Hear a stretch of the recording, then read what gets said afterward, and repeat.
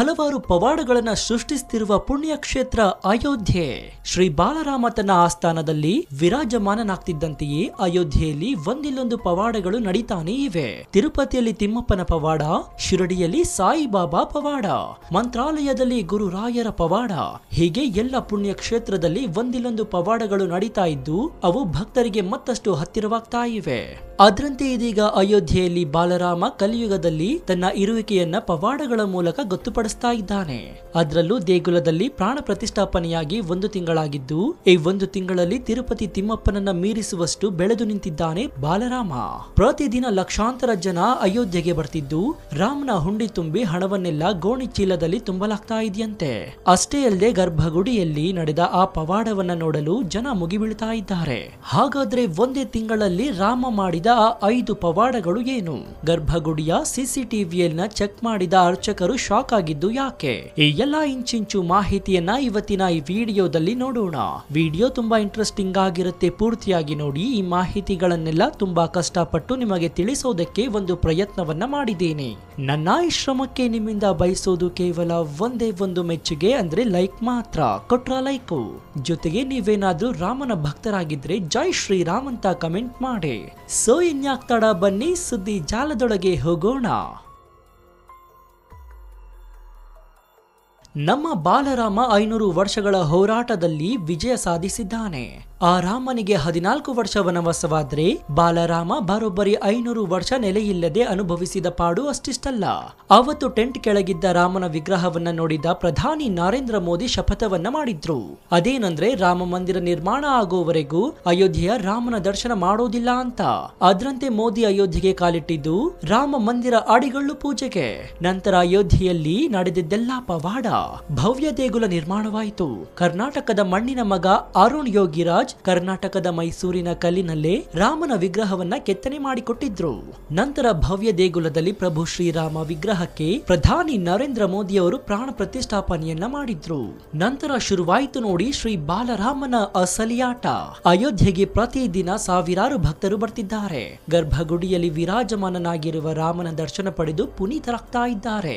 ಈ ಮಧ್ಯೆ ಬಾಲರಾಮ ಪವಾಡಗಳನ್ನ ಮಾಡ್ತಾ ಇದ್ದಾನೆ. ನಿಮ್ಗೆಲ್ಲ ಗೊತ್ತಿರೋ ಹಾಗೆ ಅಯೋಧ್ಯೆಯ ಬಾಲರಾಮನ ಪ್ರಾಣ ಪ್ರತಿಷ್ಠಾಪನೆಯನ್ನ ನೆರವೇರಿಸಿದ ನಂತರ ಅಯೋಧ್ಯೆಗೆ ಲಕ್ಷಾಂತರ ಜನ ಬರ್ತಿದ್ದಾರೆ.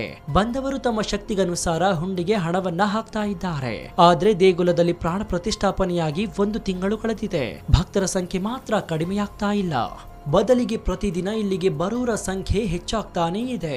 ಇನ್ನು ರಾಮ ಮಂದಿರದಲ್ಲಿ ಬಾಲರಾಮ ವಿರಾಜಮಾನನಾಗಿರುವ ಗರ್ಭಗುಡಿಯ ಮುಂದಿನ ದರ್ಶನ ಮಾರ್ಗದಲ್ಲಿ ಬೃಹತ್ ಗಾತ್ರದ 4 ಹುಂಡಿ ಪೆಟ್ಟಿಗೆಗಳನ್ನ ಇರಿಸಲಾಗಿದೆ. ಇವುಗಳಿಗೆ ಭಕ್ತರು ಕಾಣಿಕೆಯನ್ನ ಹಾಕ್ತಿದ್ದಾರೆ. ಇದಲ್ಲದೆ 10 ಗಣಕೀಕೃತ ಕೌಂಟರ್ಗಳನ್ನ ಸ್ಥಾಪಿಸಲಾಗಿದ್ದು ಜನರು ಅಲ್ಲಿಯೂ ಕಾಣಿಕೆಯನ್ನ ಸಲ್ಲಿಸ್ತಾ ಇದ್ದಾರೆ. ದೇಗುಲದಲ್ಲಿ ರಾಮನ ವಿಗ್ರಹ ಸ್ಥಾಪನೆಯಾದ 10 ದಿನಗಳಲ್ಲಿ ಸುಮಾರು 8 ಕೋಟಿ ರೂಪಾಯಿ ಹಣ ದೇಗುಲದ ಹುಂಡಿಯಲ್ಲಿ ಸಂಗ್ರಹವಾಗಿದೆ ಎಂದು ರಾಮ ಜನ್ಮ ಭೂಮಿ ತೀರ್ಥ ಕ್ಷೇತ್ರ ಟ್ರಸ್ಟ್ ಹೇಳಿದೆ. ಆನ್ಲೈನ್ ಮೂಲಕ ರಾಮ ಮಂದಿರಕ್ಕೆ 3.50 ಕೋಟಿ ರೂಪಾಯಿ ಹಣವನ್ನ ಭಕ್ತರು ಸಲ್ಲಿಸಿದ್ದಾರೆ.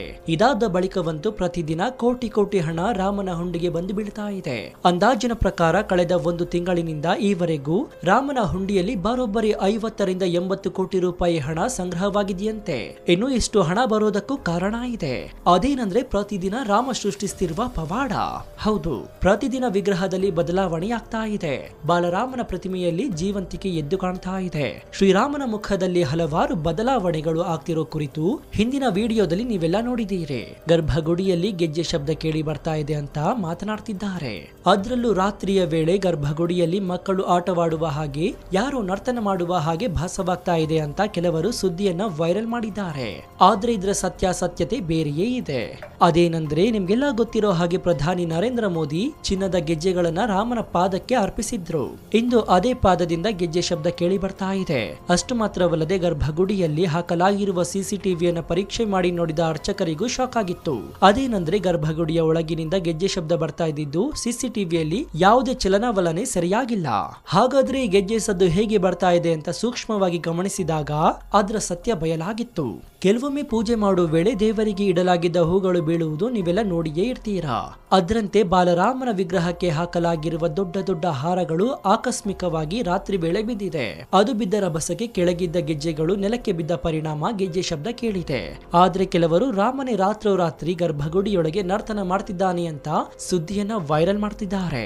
ಅಲ್ಲದೆ ರಾಮನ ವಿಗ್ರಹಕ್ಕೆ ಹಾಕಲಾಗಿರುವ ಬಟ್ಟೆಯು ಗಾಳಿಯಲ್ಲಿ ಹಾರಿದ ಪರಿಣಾಮ ಮೈ ಮೇಲೆ ಹಾಕಲಾಗಿರುವ ಒಡವೆಗಳು ಸದ್ದು ಮಾಡ್ತಾ ಇರಬಹುದು. ಇನ್ನು ಈ ಬಾರಿ ರಾಮನ ವಿಗ್ರಹದಲ್ಲಿ ಮತ್ತೊಂದು ಭಾರಿ ಬದಲಾವಣೆಯಾಗಿದೆ. ರಾಮನ ಮೈಬಣ್ಣ ಬದಲಾಗಿದ್ದು ಕಪ್ಪು ಬಣ್ಣದಿಂದ ರಾಮನ ಮೈಬಣ್ಣ ಕಂದು ಬಣ್ಣಕ್ಕೆ ತಿರುಗ್ತಾ ಇದೆ. ಮೊದಲಿಗೆ ರಾಮನ ಮೂರ್ತಿಯು ಕಡು ಕಪ್ಪು ಬಣ್ಣದಿಂದ ಕೂಡಿತ್ತು.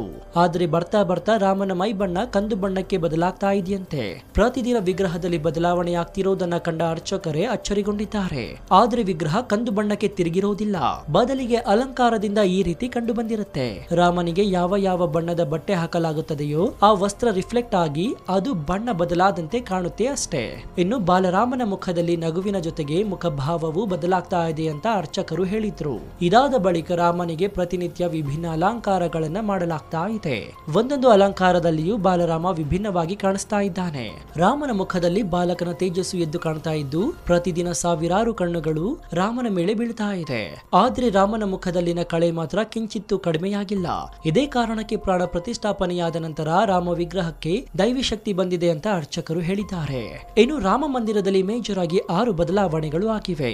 ಕಣ್ಣಿನಲ್ಲಿ ಬದಲಾವಣೆಯಾದ್ರೆ ತುಟಿಯಲ್ಲಿಯೂ ಬದಲಾವಣೆಯಾಗಿದೆ. ಅಷ್ಟೇ ಅಲ್ಲದೆ ರಾಮನ ಕೆನ್ನೆಯಲ್ಲಿಯೂ ಸಹ ಭಾರಿ ಬದಲಾವಣೆಯಾಗಿದೆ. ಕಣ್ಣಿನ ಉಬ್ಬು ಬದಲಾಗಿದ್ದು ರಾಮನ ಕಣ್ಣುಗಳಲ್ಲಿ ಶೈನಿಂಗ್ ಹೆಚ್ಚಾಗ್ತಾ ಇದೆ. ಇನ್ನು ನಿಮ್ಗೆಲ್ಲ ಗೊತ್ತಿರೋ ಹಾಗೆ ರಾಮನ ಕಣ್ಣುಗಳನ್ನ ಕೆತ್ತನೆ ಮಾಡಲು ಚಿನ್ನದ ಉಳಿ ಮತ್ತು ಬೆಳ್ಳಿಯ ಸುತ್ತಿಗೆಯನ್ನ ಬಳಸಲಾಗಿತ್ತು.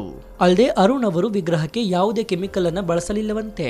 ಅಂದ್ರೆ ವಿಗ್ರಹ ಶೈನಿಂಗ್ ಆಗಲು ಯಾವುದೇ ಕೆಮಿಕಲ್ ಅನ್ನ ಬಳಸಿಲ್ಲ. ಆದ್ರೆ ಪ್ರಾಣ ಪ್ರತಿಷ್ಠಾಪನೆಯಾದ ನಂತರ ರಾಮನ ವಿಗ್ರಹದಲ್ಲಿ ಶೈನಿಂಗ್ ಎದ್ದು ಕಾಣ್ತಾ ಇದೆ. ಅದರಲ್ಲೂ ರಾಮನ ಮುಖ ಕಣ್ಣುಗಳಲ್ಲಿ ನಿಜಕ್ಕೂ ಮಿಂಚಿನಂತಹ ಅನುಭವವಾಗ್ತಾ ಇದೆ. ಇನ್ನು ರಾಮ ಮಂದಿರ ಉದ್ಘಾಟನೆಗೂ ಮುನ್ನವೇ ರಾಮನ ಪವಾಡ ಶುರುವಾಗಿತ್ತು. ರಾಮನ ಪ್ರಾಣ ಪ್ರತಿಷ್ಠಾಪನೆಯ ದಿನ ಹತ್ತಿರ ಬರ್ತಾ ಇದ್ದಂತೆ ರಾಮ ಮಂದಿರದ ಕಡೆಗೆ ಜಟಾಯು ಪಕ್ಷಿಗಳ ಹಿಂಡೆ ಬಂದಿದ್ವು. ಅದರ ವಿಡಿಯೋಗಳು ಸಹ ವೈರಲ್ ಆಗಿದ್ವು. ಅಲ್ಲಿಯ ತನಕ ಆ ಸ್ಥಳದಲ್ಲಿ ಜಟಾಯು ಪಕ್ಷಿಗಳೇ ಕಂಡು ಬಂದಿರಲಿಲ್ಲ.